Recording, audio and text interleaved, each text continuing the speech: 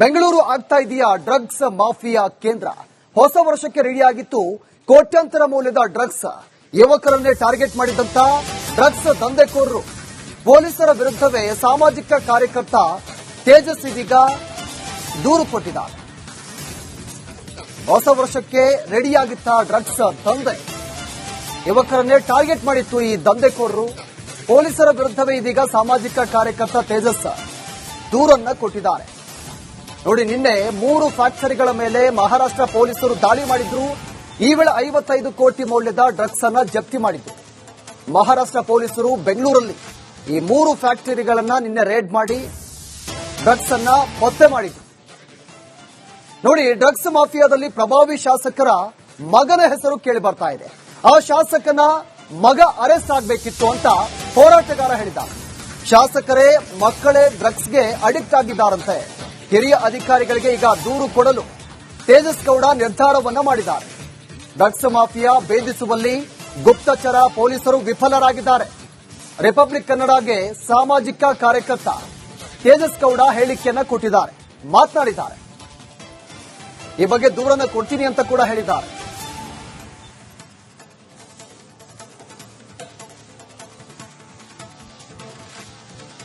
ಮೊದಲನೇದಾಗಿ ರಿಪಬ್ಲಿಕ್ ವಾಹಿನಿಯವರು ಕಳೆದ 1 ತಿಂಗಳಿಂದ ನಿಮ್ಮನ್ನು ಸಹ ನೋಡಿದೆ, ಒಂದು ಸ್ಟಿಂಗ್ ಆಪರೇಷನ್ ದೊಡ್ಡ ಮಟ್ಟಕ್ಕೆ ಮಾಡಿದ್ದೀರಿ. ವಿಶೇಷವಾಗಿ ಡ್ರಗ್ಸ್ ಕಾರ್ಯಾಚರಣೆ ಅಂತ ನಿಮ್ಮಲ್ಲಿ ಆ ಒಂದು 3 ಕಾನ್ಸೆಪ್ಟ್ ಏನ್ ಮಾಡಿದ್ರಿ ಅದು ಸತ್ಯ. ಒಂದು ಬಾಂಗ್ ಚಾಕ್ಲೇಟ್ ಆಗಿರ್ಬೋದು, ಇನ್ನೊಂದು ಆನ್ಲೈನ್ ಅಲ್ಲಿ ಡೆಲಿವರಿ ಕೊಡುವಂತ ವಿಚಾರ ಆಗಿರ್ಬೋದು, ಮತ್ತೆ ಸ್ಪಾಟ್ ಹಂಟ್, ಅದು ಸತ್ಯ. ಇವತ್ತು ಮಹಾರಾಷ್ಟ್ರ ಪೊಲೀಸ್ ಅವ್ರು ಏನ್ ಬಂದ್ ರೈಡ್ ಮಾಡಿದ್ರೆ ಅದು ಕೂಡ ಸ್ಪಾಟ್ ಹಂಟೇನೆ. ಮತ್ತೆ ಡ್ರಗ್ಗಳನ್ನ ಇವ್ರು ಹೇಗ್ ತರ್ಸ್ಕೋತಾರೆ ಅಂತಂದ್ರೆ ಅದು ಥ್ರೂ ಆನ್ಲೈನ್ ಇಂದಾನೆ. ಒಂದು ವಾಟ್ಸ್ಆಪ್ ಗ್ರೂಪ್ ಮಾಡ್ಕೋತಾರೆ, ಅದರಿಂದ ಆರ್ಡರ್ ಮಾಡ್ತಾರೆ, ಮತ್ತೆ ಕೆಲವೊಂದು ಕೋಡ್ ವರ್ಡ್ ಯೂಸ್ ಮಾಡ್ತಾರೆ. ಅದ್ರ ಮುಖಾಂತರ ನಾನು ನಮ್ಮ DGIG ಆಗಿರುವಂತ ಸಲೀಂ ಸಾಹೇಬ್ರಿಗೆ ಒಂದು ದೂರು ಕೊಡ್ತಾ ಇದ್ದೀನಿ. ಏನು ಅಂತಂದ್ರೆ, ವರ್ಷ ಬೆಂಗಳೂರು ನಗರದಲ್ಲಿ ಅಂದ್ರೆ ನಿಮಗೆ ವಿತ್ ಫ್ಯಾಕ್ಟ್ಸ್ ಹೇಳ್ಬೇಕು ಅಂತಂದ್ರೆ 2024 98 ಕೋಟಿಯಷ್ಟು ಡ್ರಗ್ಸ್ ಕೇವಲ ಬೆಂಗಳೂರು ನಗರದಲ್ಲಿ ಸೀಸ್ ಆಗಿರುತ್ತೆ. ಪೊಲೀಸ್ ಅಧಿಕಾರಿಗಳು ಬೆಂಗಳೂರು ನಗರದಲ್ಲಿ 98 ಕೋಟಿಯಷ್ಟು ಡ್ರಗ್ಸ್ ಸೀಸ್ ಮಾಡಿರ್ತಾರೆ. 2025 ಇನ್ನವರೆಗೂ 140 ಕೋಟಿಯಷ್ಟು ಡ್ರಗ್ಸ್ ನ ಕೇವಲ ಬೆಂಗಳೂರು ನಗರದಲ್ಲಷ್ಟು ಮಾತ್ರ ಸೀಸ್ ಮಾಡಿರ್ತಾರೆ. ಅಂತಂದ್ರೆ ಡ್ರಗ್ಸ್ ಜಾಲ ಬೆಂಗಳೂರಲ್ಲಿ ಬೇರ್ಮಿಟ್ಟಿದೆ. ಮೆಕ್ಸಿಕೋ ಅಂತ ಪ್ರದೇಶನ ಮೀರಿಸಿ ಇವತ್ತು ಬೆಂಗಳೂರು ನಗರದಲ್ಲಿ ಡ್ರಗ್ ವ್ಯಾಪಾರ ದೊಡ್ಡ ಮಟ್ಟಕ್ಕೆ ಆಗ್ತಿದೆ. ಮತ್ತೆ ಇವತ್ತು ಯಾರು ಮಹಾರಾಷ್ಟ್ರ ಪೊಲೀಸ್ ಅವರು ಬಂದು ಅರೆಸ್ಟ್ ಮಾಡಿದ್ದಾರೆ, ಅವ್ರು ತುಂಬಾ ಸ್ಪಷ್ಟವಾಗಿ ಹೇಳಿದ್ದಾರೆ, ಈ ಡ್ರಗ್ಸ್ ಅಲ್ಲಿ ಬರ್ತಿರುವಂತ ದುಡ್ಡನ್ನ ಅವ್ರು ರಿಯಲ್ ಎಸ್ಟೇಟ್ಗೆ ಹೂಡಿಕೆ ಮಾಡ್ತಿದ್ರು ಅಂತ.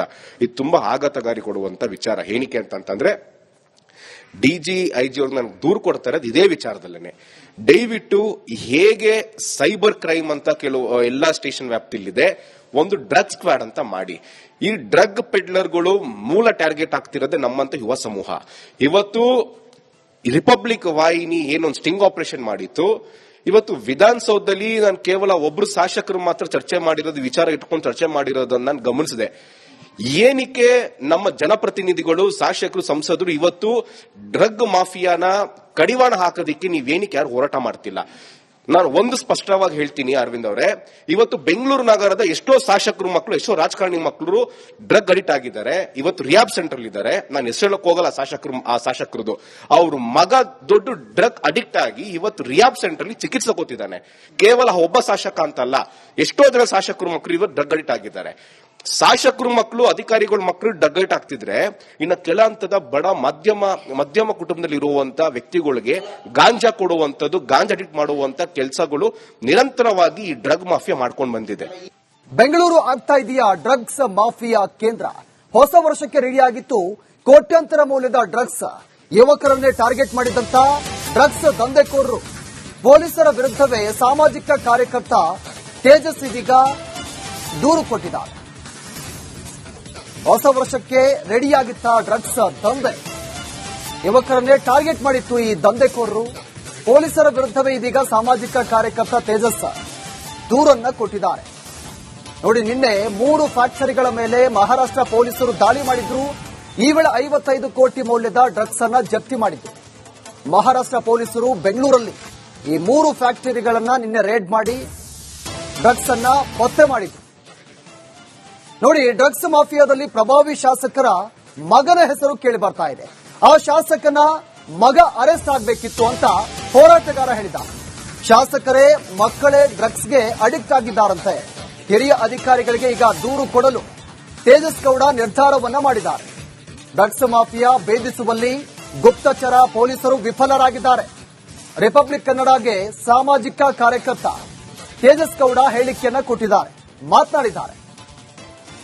ಈ ಬಗ್ಗೆ ದೂರನ್ನ ಕೊಡ್ತೀನಿ ಅಂತ ಕೂಡ ಹೇಳಿದ್ದಾರೆ.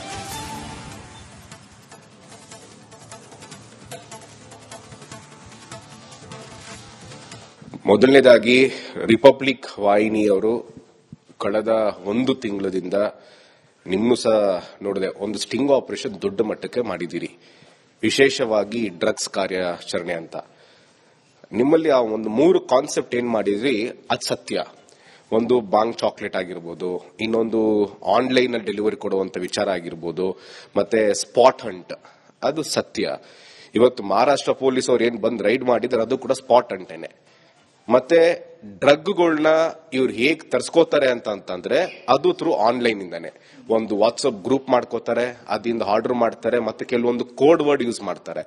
ಅದ್ರ ಮುಖಾಂತರ ನಾನು ನಮ್ಮ DGIG ಆಗಿರುವಂತ ಸಲೀಂ ಸಾಹೇಬ್ರಿಗೆ ಒಂದು ದೂರು ಕೊಡ್ತಾ ಇದ್ದೀನಿ. ಏನು ಅಂತಂದ್ರೆ ವರ್ಷ ಬೆಂಗಳೂರು ನಗರದಲ್ಲಿ, ಅಂದ್ರೆ ನಿಮಗೆ ವಿತ್ ಫ್ಯಾಕ್ಟ್ಸ್ ಹೇಳ್ಬೇಕು ಅಂತಂದ್ರೆ 2024 98 ಕೋಟಿಯಷ್ಟು ಡ್ರಗ್ಸ್ ಕೇವಲ ಬೆಂಗಳೂರು ನಗರದಲ್ಲಿ ಸೀಸ್ ಆಗಿರುತ್ತೆ. ಪೊಲೀಸ್ ಅಧಿಕಾರಿಗಳು ಬೆಂಗಳೂರು ನಗರದಲ್ಲಿ 98 ಕೋಟಿಯಷ್ಟು ಡ್ರಗ್ಸ್ ಸೀಸ್ ಮಾಡಿರ್ತಾರೆ.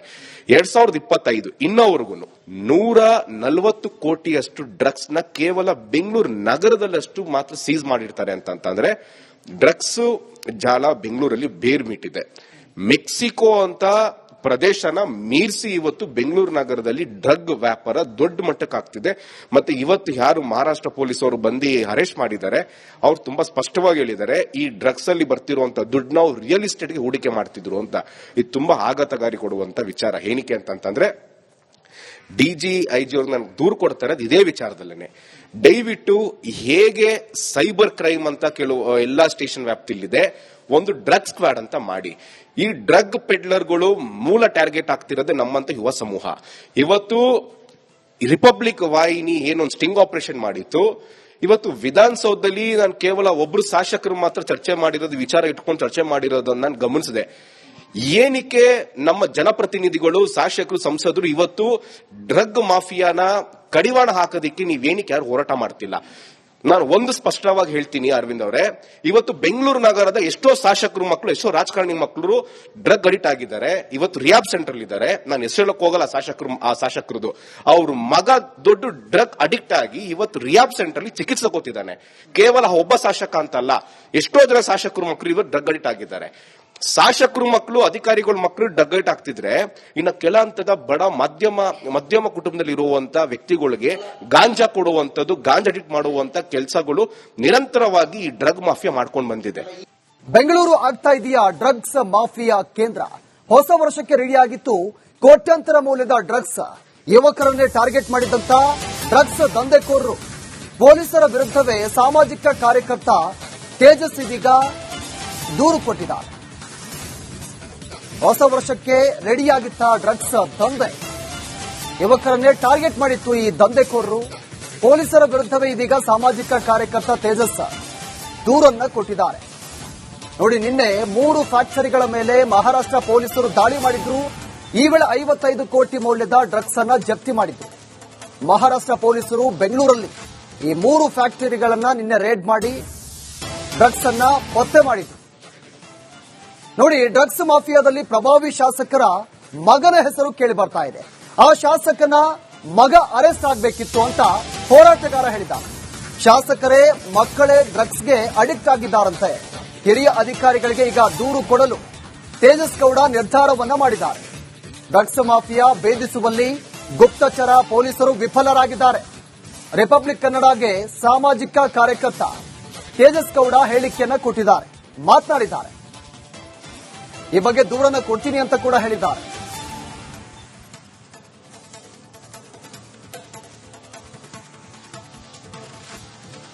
ಮೊದಲನೇದಾಗಿ ರಿಪಬ್ಲಿಕ್ ವಾಹಿನಿಯವರು ಕಳೆದ 1 ತಿಂಗಳಿಂದ ನಿಮ್ಮನ್ನು ಸಹ ನೋಡಿದೆ, ಒಂದು ಸ್ಟಿಂಗ್ ಆಪರೇಷನ್ ದೊಡ್ಡ ಮಟ್ಟಕ್ಕೆ ಮಾಡಿದ್ದೀರಿ, ವಿಶೇಷವಾಗಿ ಡ್ರಗ್ಸ್ ಕಾರ್ಯಾಚರಣೆ ಅಂತ. ನಿಮ್ಮಲ್ಲಿ ಆ ಒಂದು 3 ಕಾನ್ಸೆಪ್ಟ್ ಏನ್ ಮಾಡಿದ್ರಿ ಅದು ಸತ್ಯ. ಒಂದು ಬಾಂಗ್ ಚಾಕ್ಲೇಟ್ ಆಗಿರ್ಬೋದು, ಇನ್ನೊಂದು ಆನ್ಲೈನ್ ಅಲ್ಲಿ ಡೆಲಿವರಿ ಕೊಡುವಂತ ವಿಚಾರ ಆಗಿರ್ಬೋದು, ಮತ್ತೆ ಸ್ಪಾಟ್ ಹಂಟ್, ಅದು ಸತ್ಯ. ಇವತ್ತು ಮಹಾರಾಷ್ಟ್ರ ಪೊಲೀಸ್ ಅವ್ರು ಏನ್ ಬಂದ್ ರೈಡ್ ಮಾಡಿದ್ರೆ ಅದು ಕೂಡ ಸ್ಪಾಟ್ ಹಂಟೇನೆ. ಮತ್ತೆ ಡ್ರಗ್ಗಳನ್ನ ಇವ್ರು ಹೇಗ್ ತರ್ಸ್ಕೋತಾರೆ ಅಂತಂದ್ರೆ ಅದು ಥ್ರೂ ಆನ್ಲೈನ್ ಇಂದಾನೆ. ಒಂದು ವಾಟ್ಸ್ಆಪ್ ಗ್ರೂಪ್ ಮಾಡ್ಕೋತಾರೆ, ಅದಿಂದ ಆರ್ಡರ್ ಮಾಡ್ತಾರೆ, ಮತ್ತೆ ಕೆಲವೊಂದು ಕೋಡ್ ವರ್ಡ್ ಯೂಸ್ ಮಾಡ್ತಾರೆ.